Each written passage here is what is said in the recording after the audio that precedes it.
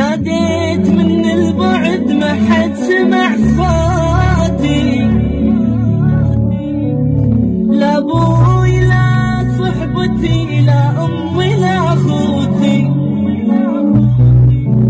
وبالغربة احس مختنق وارد ابكي واصرخ حيل،